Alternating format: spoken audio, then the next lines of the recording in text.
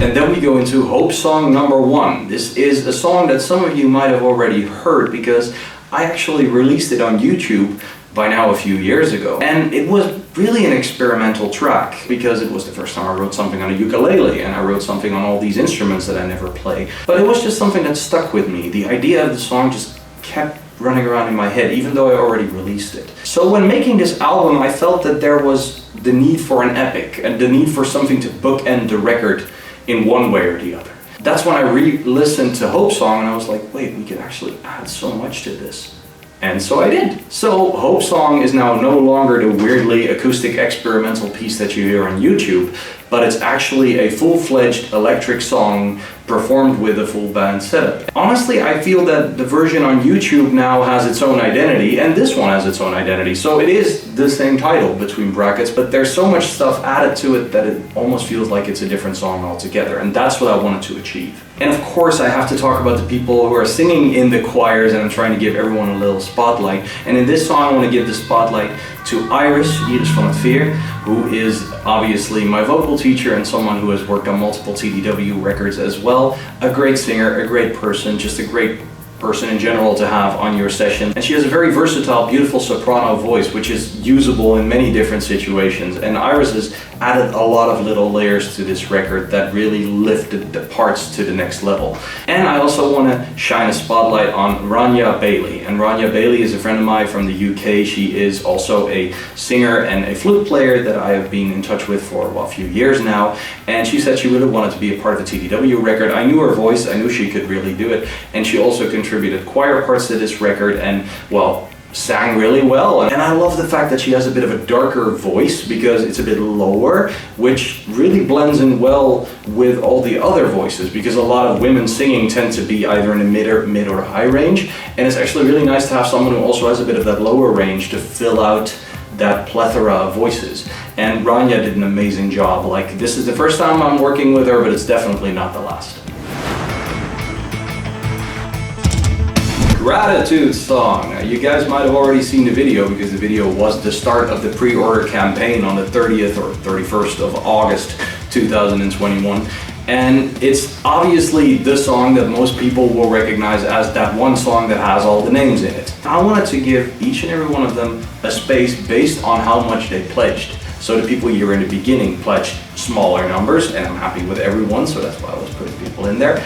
And as the names continue, you will hear that people get a bit more space in the song because they pledged more, because they contributed more to the overall experience. That was really the reason why I wanted to do the song in the way it worked out. Writing a song with over 50 names is a lot of work. It kind of felt like making a Chinese puzzle, but once it all came together, it really felt like a cohesive song, which was a surprise to me because it also could have completely failed as an experiment. Some of these names were really hard though. Why do you guys even have names like that? There's no practical reason to have that. Also in this song, I really want to point out someone who has been a part of the choirs on this record and who is heard pretty prominently, and actually her name is even being grunted in this song, Cailyn Erlandsson. Now Cailyn obviously is a good friend that has been with me for many years. She's been a part of multiple TDW records and she always delivered. She always delivered high quality, great stuff. And I just knew that I had to get her on this album again. And I would even say that because of the situation we were in right now, Cailyn really outdid herself. And actually, this is a point I wanted to make regarding everybody. This album was recorded during the COVID times. I am in the risk group. I'm happy I have my shots and now I'm willing and able to see people again and I feel a lot more confident about that.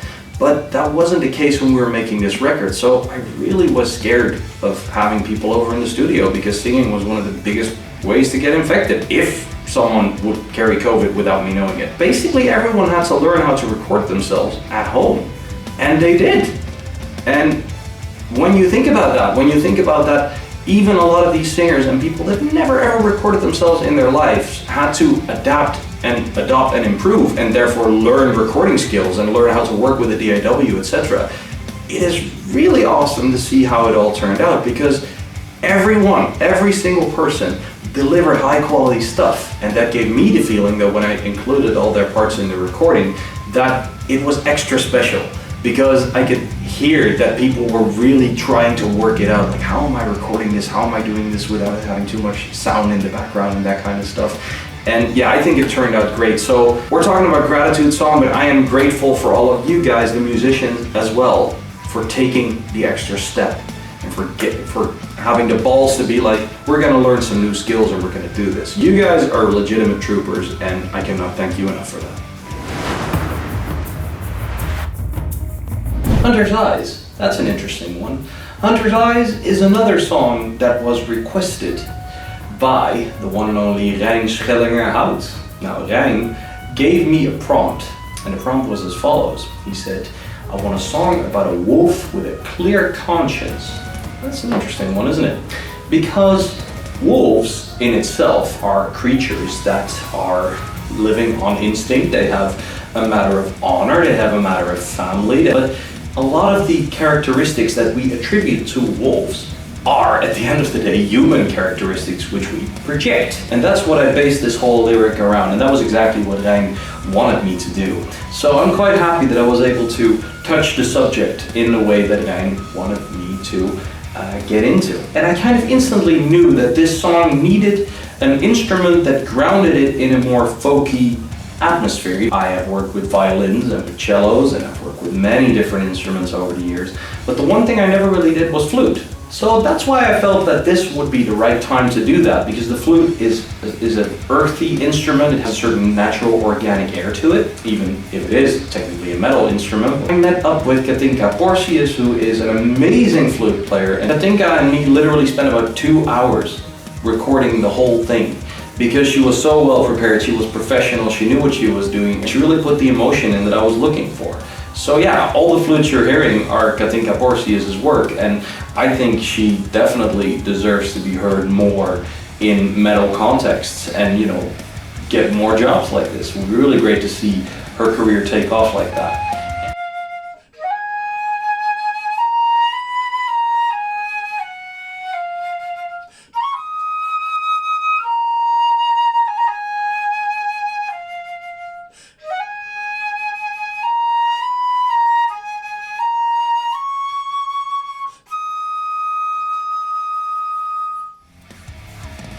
And of course, next to that, I really wanted a guitar solo on this. I knew that I wanted Lenny, my brother from another mother, to play on this album once again, because Lenny has been involved in every TDW record, well, basically since 2014.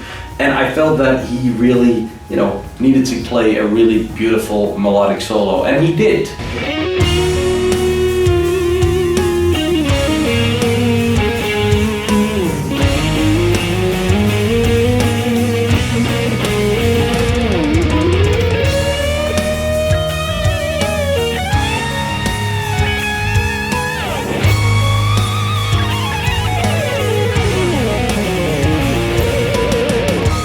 And I think the combination of Cathinca's flute, Lenny's guitar leads, and Rijn's lyrical input and musical input really made this a special song. I really would not mind exploring this part of my music a bit more, maybe even going into a bit more of a folky direction with another record, or a more orchestral direction in which I could do these things.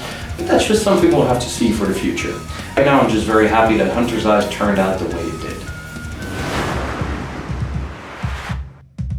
Anthracite was one that I was maybe, I wouldn't say afraid of, but I was a bit intimidated by the prospect of writing it. It was requested by my good friend Sebastian Dahlmeier. He asked, can you write a song about depression and what depression feels like? That is hard. That is incredibly hard, I think, because there's universal hallmarks that almost everyone who's been in a depression kind of lived through, but it is, at the other end, very personal. You can be a functioning adult, working out, doing all the things that you should be doing to feel better, and be incredibly depressed in the process. My angle for this song really was that I wanted to go for that feeling of it's all the same, you're stuck. Almost like emotional Groundhog Day, if that makes any sense. I can only speak from my own experiences, and when I look at myself, when the moments of depression that I had, often I wasn't even aware that I was depressed. Every time I was in that state of mind, it would be after, the moment I started feeling better and the moment I started feeling again, that I realized, like, I I've been so depressed all this time. Whoa, holy shit. And then you can start working on getting better. And I asked Sebastian if I was able to touch his emotional core with this, and he said I did, and I'm very happy about that, because this is one of those songs you don't want to fuck up, and I'm quite happy with how dense the atmosphere is. Added to that is the fact that this song has a few things that I haven't ever done before. One of them is that the main rhythm, the da da ba da ba ba ba ba da ba da ba ba ba ba ba da ba, that rhythm is the one thing that constantly keeps going. It builds the whole song around it.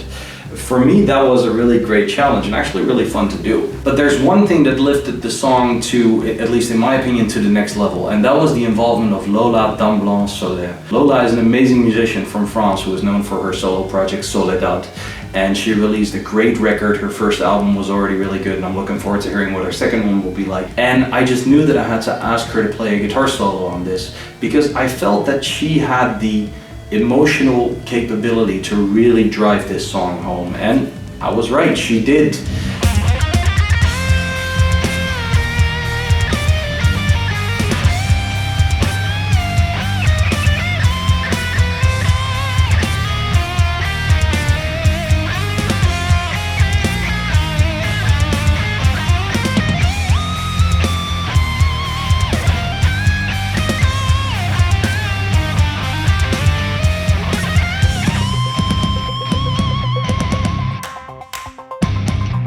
And Lola did not just deliver one solo, she really tried to fill out all the different individual parts that I gave her, and she did it in such a beautifully lyrical way. And then combined with everyone's vocal efforts and me actually being able to scream a bit in this song as well, I really feel that Anthracite is quite the trip. I'm not even sure if I can listen to it multiple times in a row. But I am really proud of how intense it turned out in the end. And here's another song based on a prompt by a fan. Jim Wilkinson, my good American friend, asked me to write a song about parallel universes. Parallel universes and the whole idea of being able to make a choice and opening up a whole new universe of possibilities is something that has been in my mind for years now. So the whole idea of writing a song about that was just fun. He gave me that idea and he said he wanted to have a prog metal track, obviously. And he didn't really give me any musical pointers. And what was really fun is that I had the drum and bass beat and the vocal melody. That was something I had for, I think, a year, and I just wasn't sure what to use it for. I know for a fact that Fabio, the drummer, actually said that it's one of his favorite songs on the record because of all the rhythmical switches, etc. And I get it. Like, from a rhythmical perspective, this is one of the most interesting songs on the album. And of course, I had to ask someone to do a guest solo on this, but I felt that with the song being, well, its own thing and a bit weird, I felt that I did not want to do a guitar solo because that would have been expected. So I figured, synth solo is a pretty good idea, you know, let's ask someone who can really shred on those keys. There's one guy I could ask for that in my near environment right now, and that's Vikram Shankar. And Vikram is of course known for his work with Redemption, Silent Skies, and with Threads of Faith. Vikram was the first one that jumped into my mind, like, oh, he'll probably be able to, you know, to shred those ivories and really make it work. And he did amazingly. And I kind of feel that Another Choice, Another Universe has the potential to be another single. So there might be a chance that we're doing a video for that as well in the future. We'll just have to see.